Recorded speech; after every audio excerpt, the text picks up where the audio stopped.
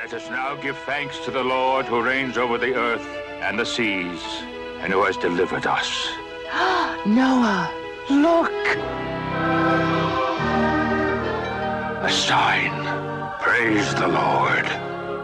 And then God set his rainbow in the sky, saying, "This sign is my promise that never again will there be a flood to destroy men from earth.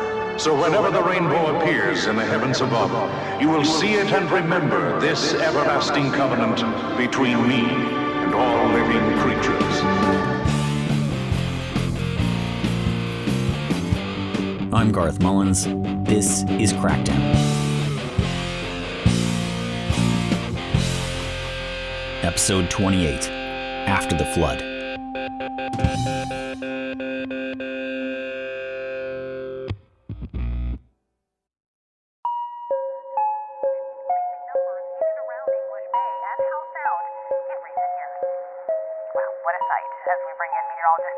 For a look at the forecast, and that's what I said when I opened my curtains this morning. Such a beautiful, crisp fall day today. Yeah, it's gorgeous out there. We've got more sunshine actually on tap. It is going to be a bright spot. However, this evening we still have some instability. What we're tracking right now along the eastern edge of the island, some lightning strikes, so we do still have a slight chance or the risk of a thunderstorm for Metro Vancouver. 2021 was a year of very ominous weather reports in British Columbia. Lethal heat emergencies, wildfires, biblical floods. Climate change is kicking our ass. The coroner keeps reporting record overdose deaths, and now we're in the fifth wave of COVID. All of this feels apocalyptic. These emergencies just keep stacking up on top of each other, drowning us. I survived some shit when I was young, but not like this. This feels worse. I keep wondering how I'd survive this if I was just coming up now. So you're a real pro, like getting mints and water and everything ready. I got no water, no plan. Do you need mints? Oh, I'd love a mint. How about her? Hey, Rainbow. Hey. Hey, could you introduce yourself? Okay, hey, my name's Rainbow. I don't know what else to say.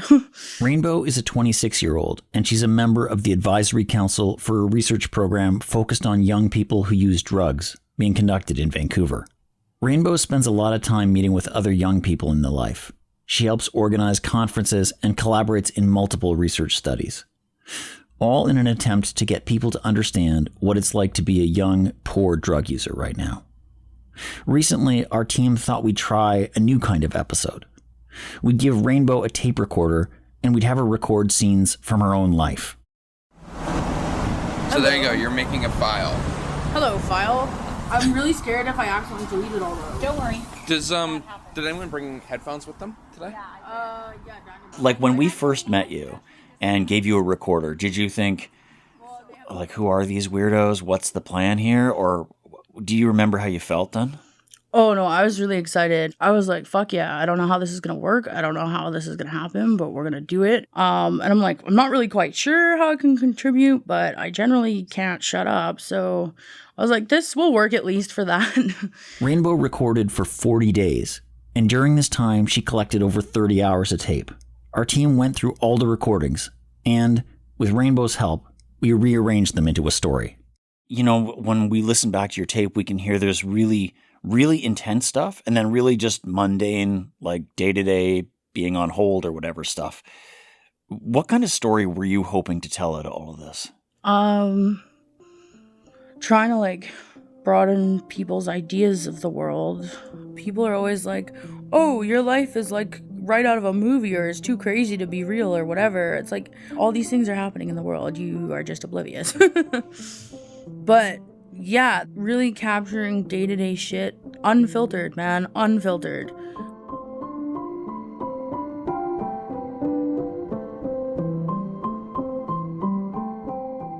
Oh, okay. I'm just gonna record us doing shit if that's okay. Oh yeah, Is that that's okay fine. with you? These are messages from the last person that lived here. Is it interesting though? I want to hear them. Because when I press it, listen to this. Come here.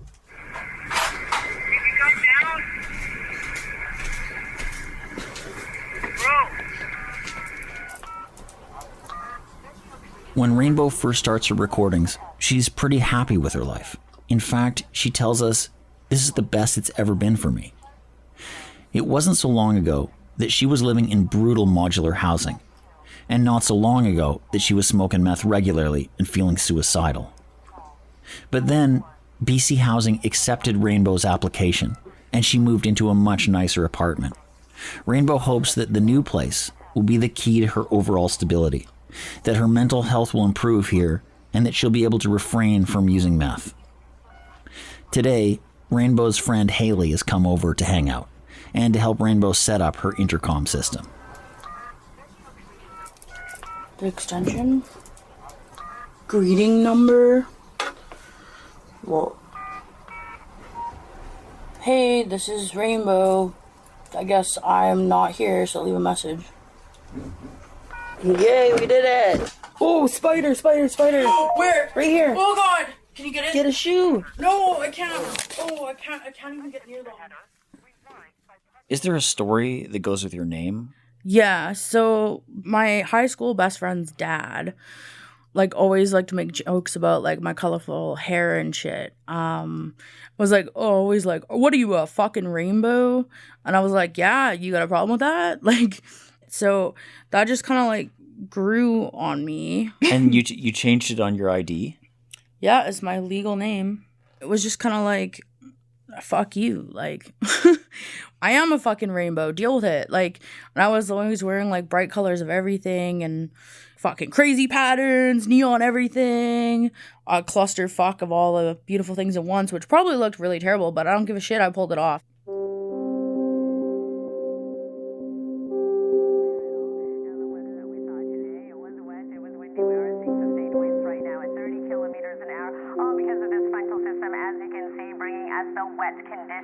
We head through the overnight.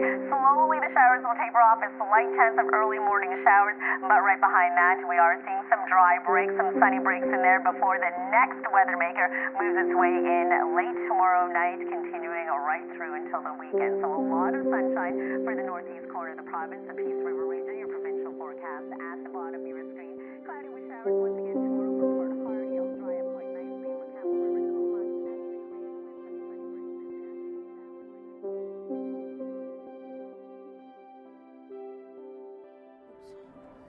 Yeah.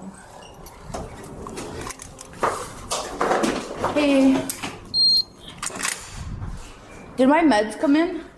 All case reports that the Rainbow's meds come in. Yes. Rainbow lives in a government-funded, supportive housing building. That means there are healthcare workers on site and residents can access counseling and harm reduction services. Rainbow has prescriptions for birth control, benzos, and dexedrine, a stimulant prescribed as a substitute for crystal meth.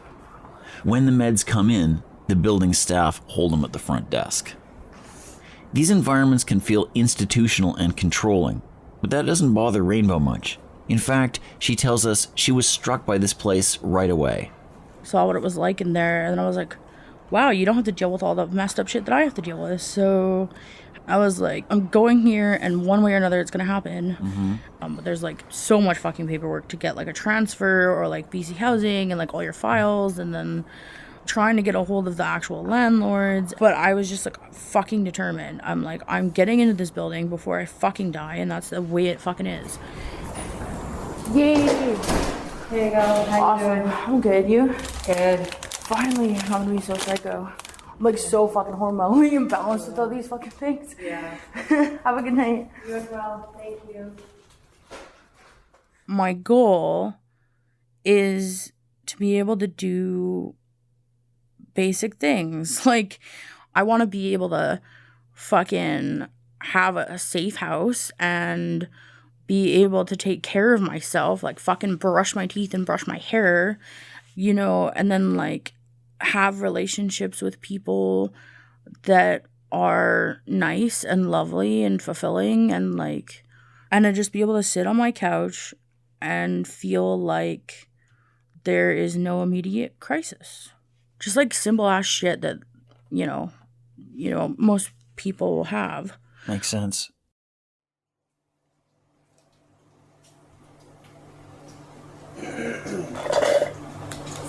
Just Coffee. so you know, this bacon's like extra fatty. Okay. I'm extra fatty too. Can you make sure mine are just really... Yes, honey. Thank you. The only bacon I don't like crispy and burnt is you. My sexy bacon. Rainbow has a partner named Lee. They've been together for just over a year. The two now consider themselves to be married, but they haven't done all the paperwork to make it official. I don't even know how to describe it, and I don't, like, believe in anything particularly, but, like, I can't deny the fact that we were, like, meant to meet.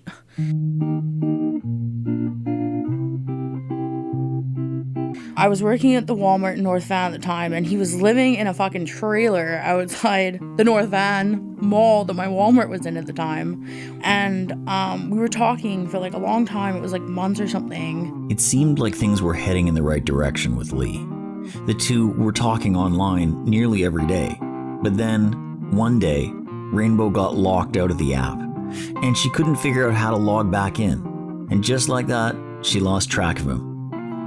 It took 7 years before Rainbow and Lee found each other on that app again. And they decided this time we'd better meet up in person. Before we met, I was like, he's clearly in love with me, and I'm clearly in love with him. Like, this is just like obvious at this point, even though we haven't met in person. One of the first things Lee did was buy Rainbow a small heater. It made her freezing modular housing room a bit more bearable. Then he started to spend the night. Being close to Lee was the safest she'd ever felt, and she was falling in love with him. You still got 2 properties mortgaged? Which ones are they? Boardwalk and... I got Oh, you have 4 properties mortgaged? Boardwalk, Railroad, Which railroad? Reading, Pennsylvania, and Illinois. Jesus. Like Rainbow, Lee has had his share of mental health and addiction challenges. He's been a serious drinker for over 20 years. Shortly after they started dating, Rainbow brought Lee to his first 12-step meeting, and she suggested he try to get into some sort of inpatient rehab program. Lee agreed that this was a good idea. The two called around, and they were told before getting admitted into one of these places, Lee would have to go through a medical detox program. They also discovered that there were forms to fill out and long wait lists. So for months, Rainbow and Lee called every couple of weeks, but they never got in. Okay, you ready? Pay pour combattre. Optimise 6 pour gagner. Well, you just butchered that Fresz card. What is it? 100. Oh my god, you read it out even though you know what it is. Yeah. I love you, Pepe. Yes! Motherfucker! You get that French $100 bill. Français! That's My worth turn? 1,000 now. Yeah. You're so cute, you little shit. You little shit. Okay. And you owe me 2. Why, dog?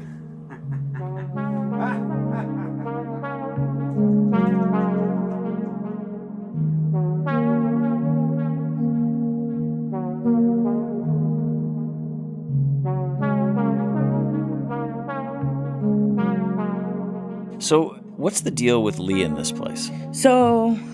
Like, you originally you thought he'd be on the lease, but he's not, right? Oh, yeah. No. Yeah, they were like, oh, so no, it's just you. We didn't have any knowledge of this fire, blah, blah, blah. But I'm like, I described the whole thing. I'm like, this is fucked up. I need this, and this is devastating, and we're both working our asses off. And they're like, okay, well, he can stay with you for now.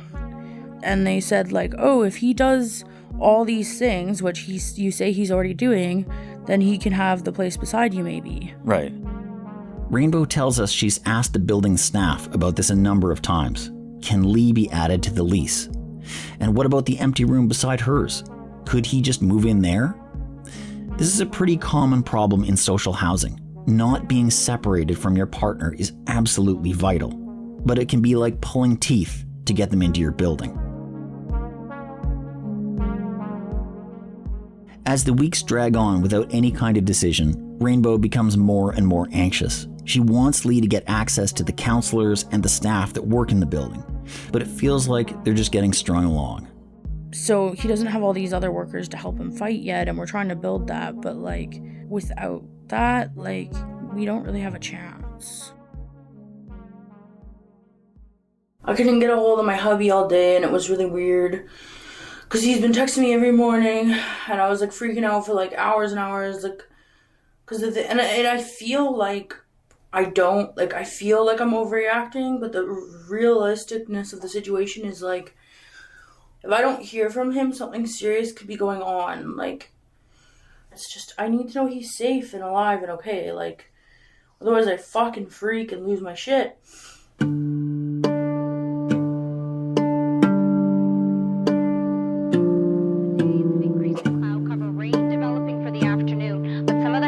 Rain will begin for tomorrow night, and that's the atmospheric river that will continue all the way in towards the end of the weekend and into early next week, and that'll be a big concern with localized flooding and rapid melting. Might need a lifeboat after that forecast, or an ark, maybe.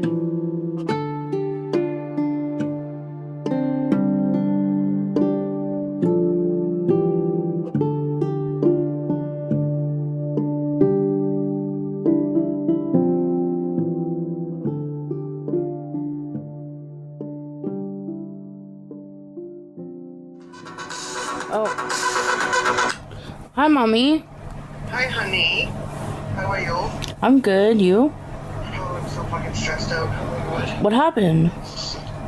Like, Tualatin is flooded. Oh, God. Yeah, like, people had to swim out. Like, they were stuck in their cars in their houses. Holy fuck. Fire hall. Where is that? Because I've been to a huge flood. Holy shit. The shelves are bare, hey? Like, there's no milk in the lower mainland. What? They're limiting bread to 2 loaves. Oh, because of the trains. Because nothing's coming in with trucks or trains, so the shelves are bare. Do you want me to come out there, like, in any spare time, and then you can just vent or something? Like, I can do that kind of thing. They can see the flooding from space. Oh my god, they can see the flooding from space, apparently. Let me know, and call me anytime if you need to vent. In the middle of the night, I don't give a fuck. Alright. I love you. Bye. Holy fuck, that's fucked up. That's like the real apocalypse. I've never seen anything like this in Vancouver. It's a remarkable sight right now at Sunset Beach in Vancouver, where crowds have gathered for this, a barge right up to the seawall during the heavy windstorm. It's kind of further from the boss than I pictured. There it is. It's still there. Holy fuck, it's big. I want to get as close as possible.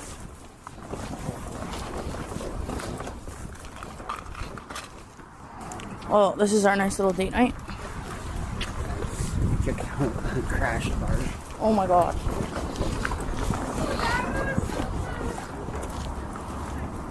I believe there's just a barge just chilling on Sunset Beach. I wanted to hear the fucking sound of it smashing on the wall, though. Wouldn't that be glorious? I wonder how many people have crawled up on it and are sleeping on it. Probably more than you think. It looks so peaceful somehow.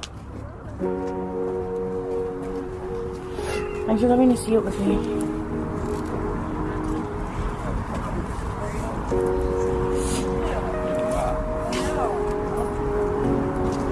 And there's just a barge on the beach. It looks like sunset.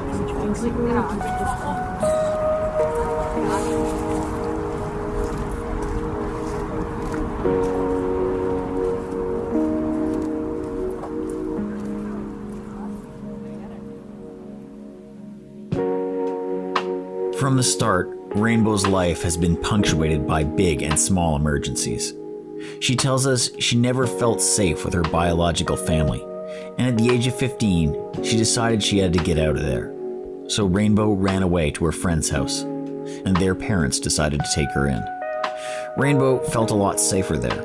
It felt like a real home, and she hoped that the Ministry of Children and Family Development would make her friend's parents her legal guardians. But she tells us that never happened, and she still doesn't understand why.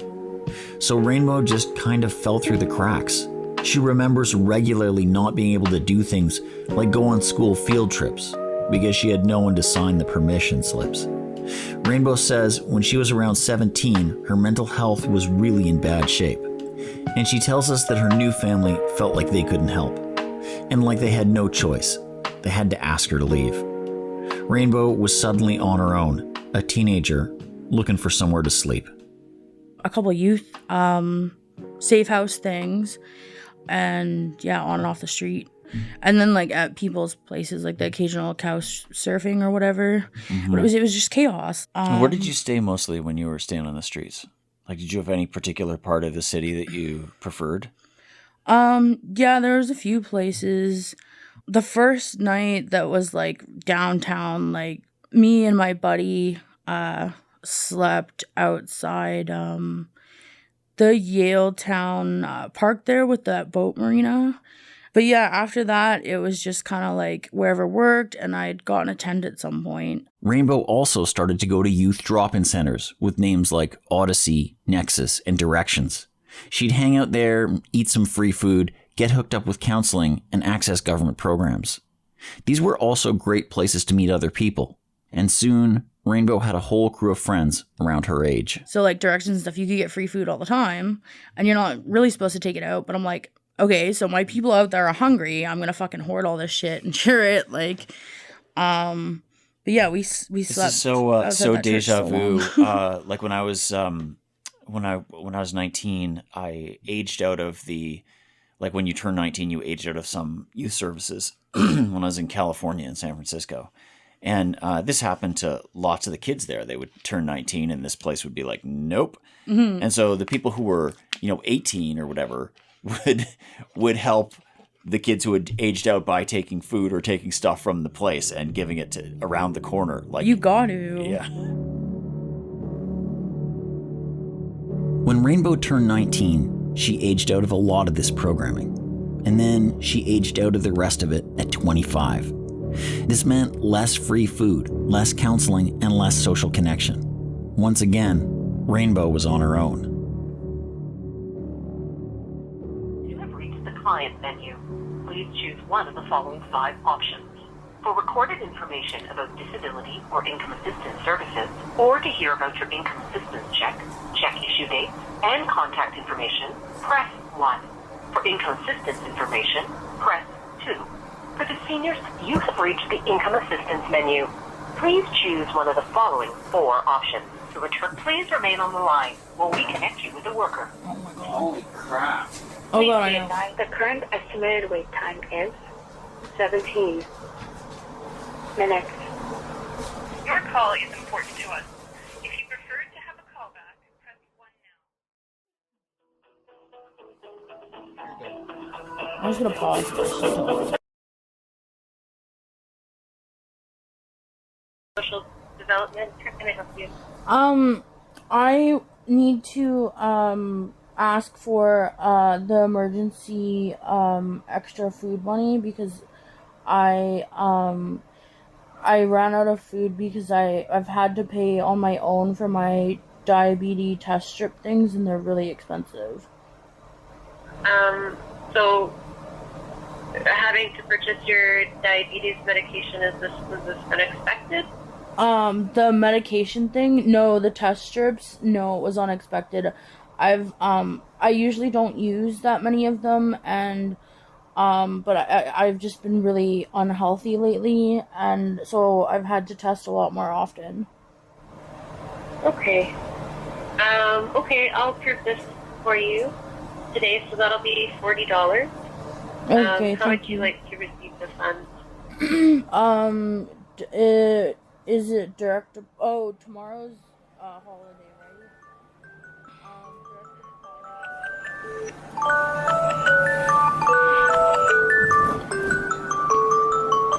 Well, that's my 3:30 alarm to take my afternoon meds, which is my Dexedrine, which is definitely not at the right dose. Rainbow recently gained access to prescription Dexedrine through BC's new risk mitigation prescribing guidelines. During the first wave of COVID, the government of British Columbia started allowing some drug users to access a handful of prescription medications, like Dilaudid, Xanax, and Dexedrine. Previously, these kind of meds had been very difficult to get. But for the most part, doctors didn't buy in, and only a tiny, tiny minority of drug users in BC have been able to access the program. And too often, when we were able to get the medications, the dose was too low. This is how Rainbow feels, that she actually needs a lot more dexedrine than she's currently being prescribed.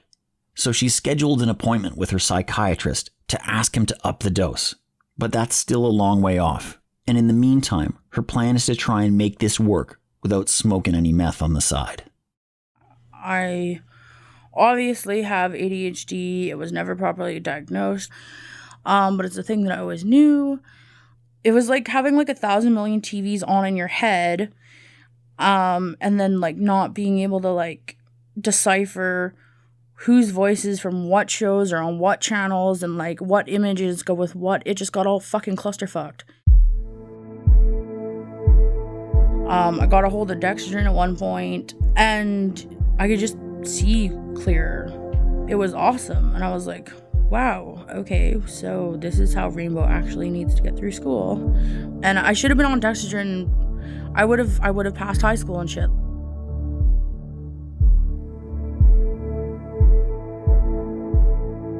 My best friend at the time, one of them was like a serious, like every day, every second methy, and I saw the wonders it could do for fucking Rainbow. Like, there's crises, it's just constant crisis. Like, if you make the wrong decision, that's the end of your life. If you make the wrong decision, that's the end of like having all these future things happen. And like, I could not take the risk of not being able to make the right decision.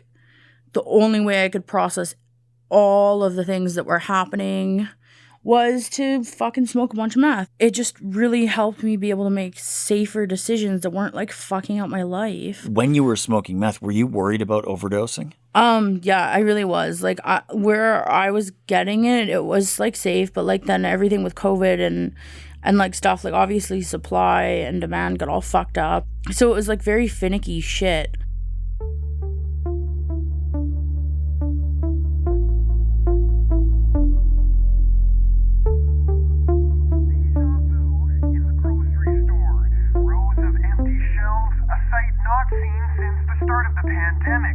Flood-induced panic buying taking hold. Please do not hoard items.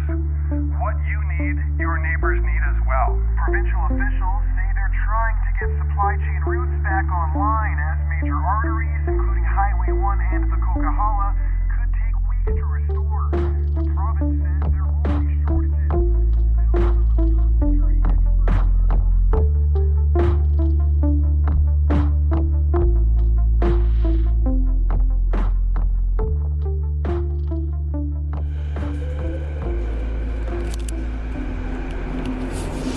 So I'm just on my way back from my friend's house, going to my place. It's the night before fucking Welly. And we're all just like, well, I'm helping my husband Lee learn how to budget on fucking welfare because I'm on disability and now he's on welfare. So he gets way less than I do, but not that that's either of them are enough to live on.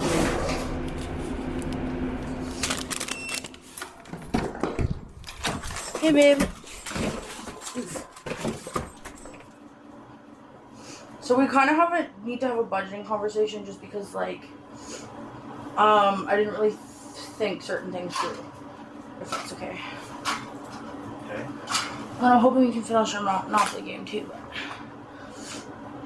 I kind of need to know what you're planning on buying for the month because, like, if I'm just buying whatever and I'm sharing it all, then, like, all my money's with you. I thought we were shopping together. So we're hitting the dollar stores first, but, like, we need kind of, like, a baseline plan for, like, the month.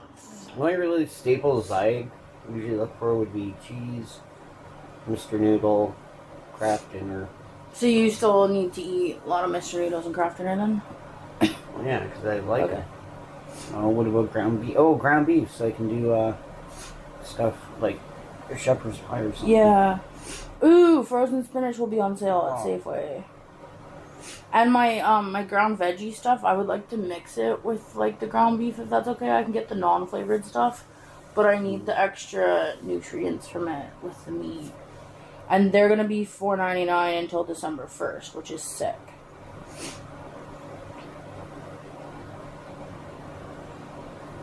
What you doing? Looking up how to get more free stuff. Wow, junkie much. Oh, really? Can you look at the flyers, please? This is stuff we need to know. Oh, hey. What?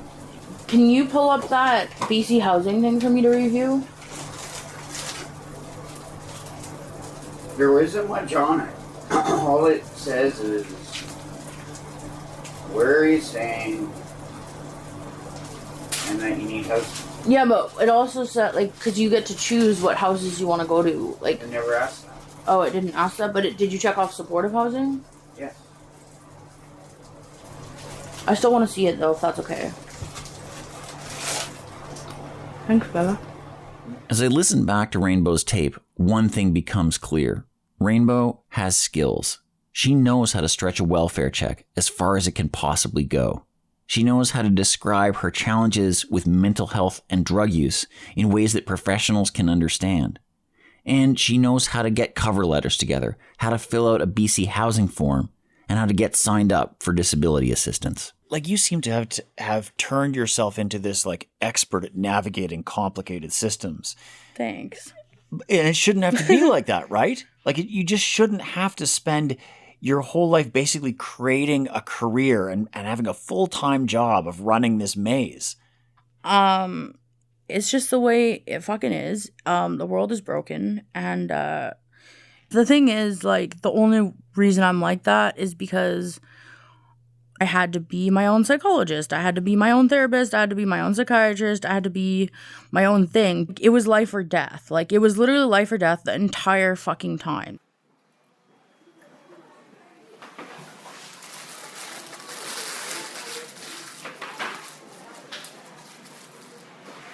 One day, Rainbow meets with our producers at McDonald's. And while she's there, she gets an unexpected text. It's from Lee, and he's saying that he just checked himself into detox. Rainbow is torn. She wants this to happen, but Lee gave no advanced warning, and Rainbow knows if Lee gets into rehab, she might not hear from him for months.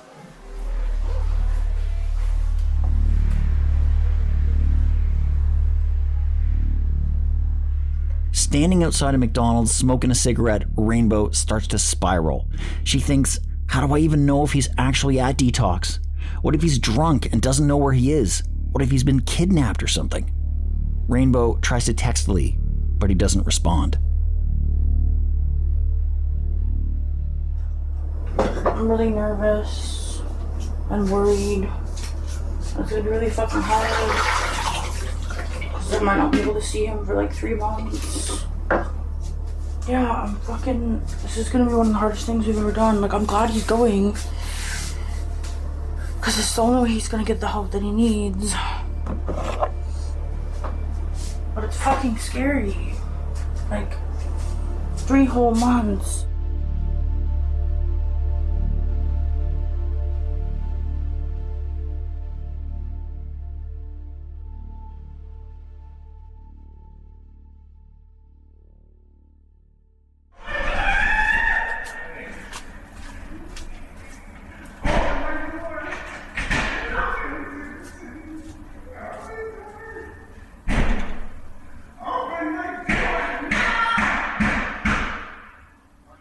Hey, if somebody's like screaming about an ambulance out there, I don't know what's going on, but I can't go out there, it's not safe.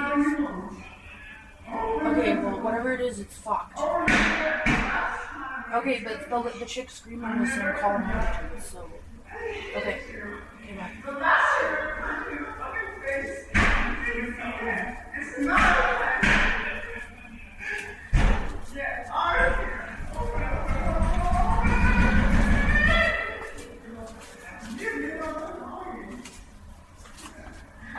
Something really fucked up is going on, dude. They're screaming for like an ambulance and shit.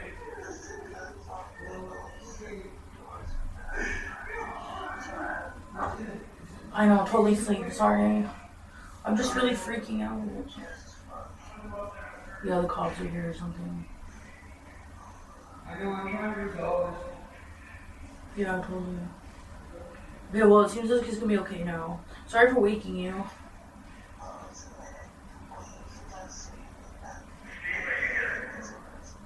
Hey, I love you. Okay, get some nappies.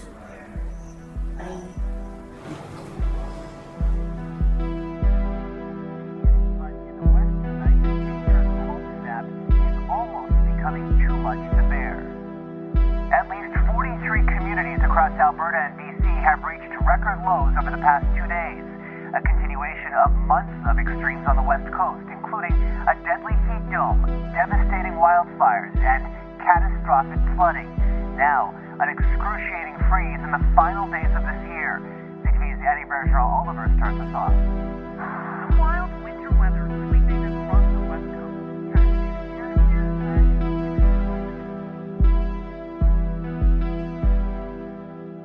With Lee away and stress piling up, Rainbow needs more Dexedrine to keep everything in perspective and to just keep going.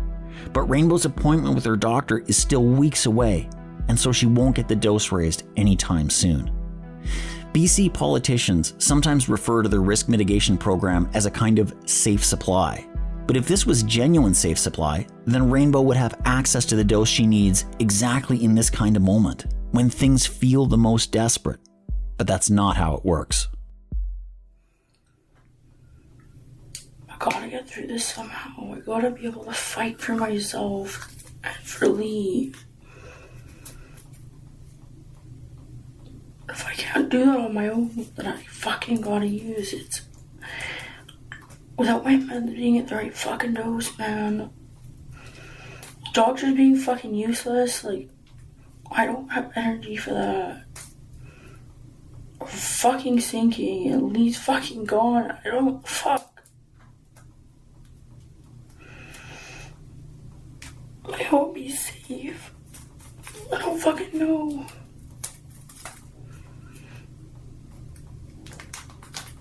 I have no fucking idea. It's hard to figure out how much to fucking smoke without killing myself by accident.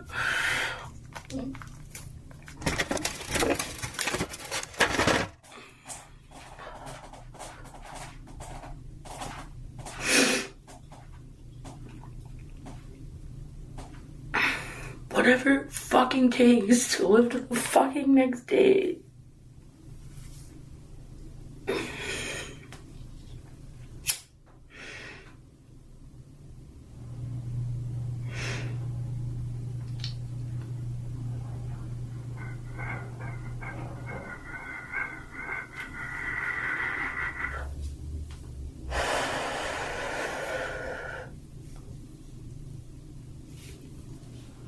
Well,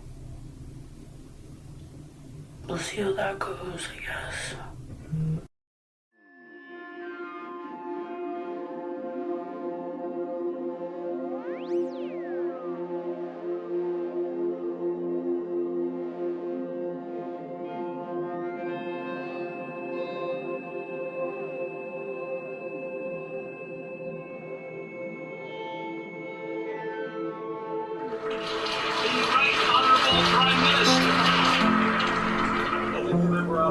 For bringing this up. I know He's such a character. And all members of this house Like his face. He looks like a cartoon. I wonder how big the team is that takes care of his hair. I said I wonder how many people he has on the team that takes care of his hair. 20. Lee's back home now. He didn't make it all the way through the detox program, but he still wants to go to rehab whenever a place will take him. And he's still waiting to see if he can get a room in Rainbow's building. In the meantime, Rainbow's just happy to have him back home. We are in a climate crisis, and we need to act urgently. This climate crisis also I like this Singh dude, but he's done some backward shit too. They all do backward shit. You gotta admit though, his beard's awesome. Completely misses the opportunity to have a plan for Yeah, he's workers. got pretty people Why with did non this just Prime that. Minister abandon workers without He's a really pretty dude. creating jobs that help us fight the climate crisis?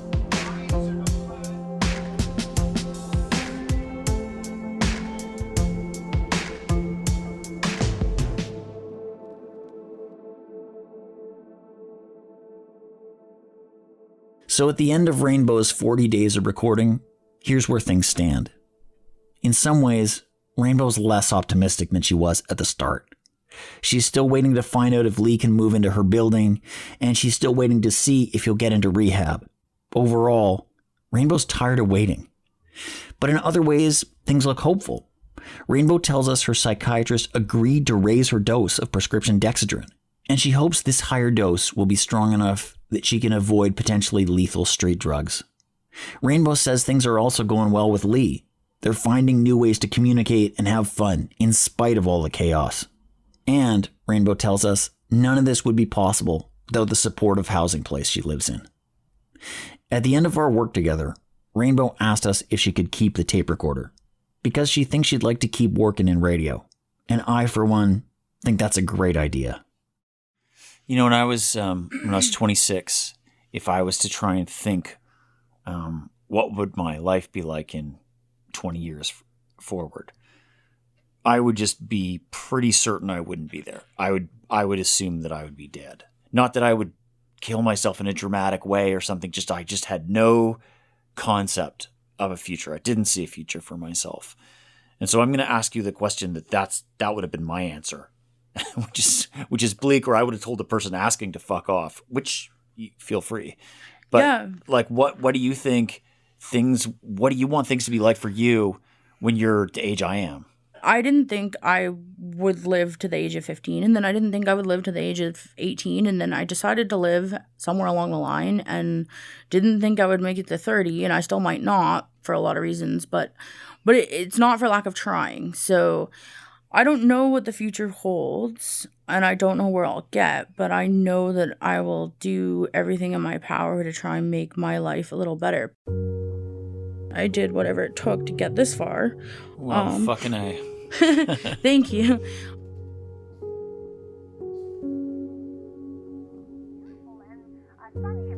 Well, the rain is coming down now in Vancouver, or in North Vancouver, but what that means is rainbows. Yes, lots of people sending me photos.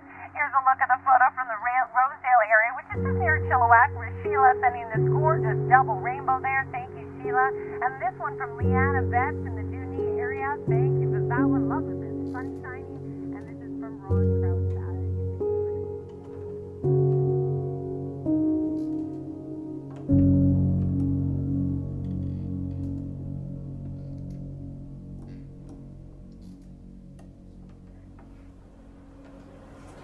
You're good.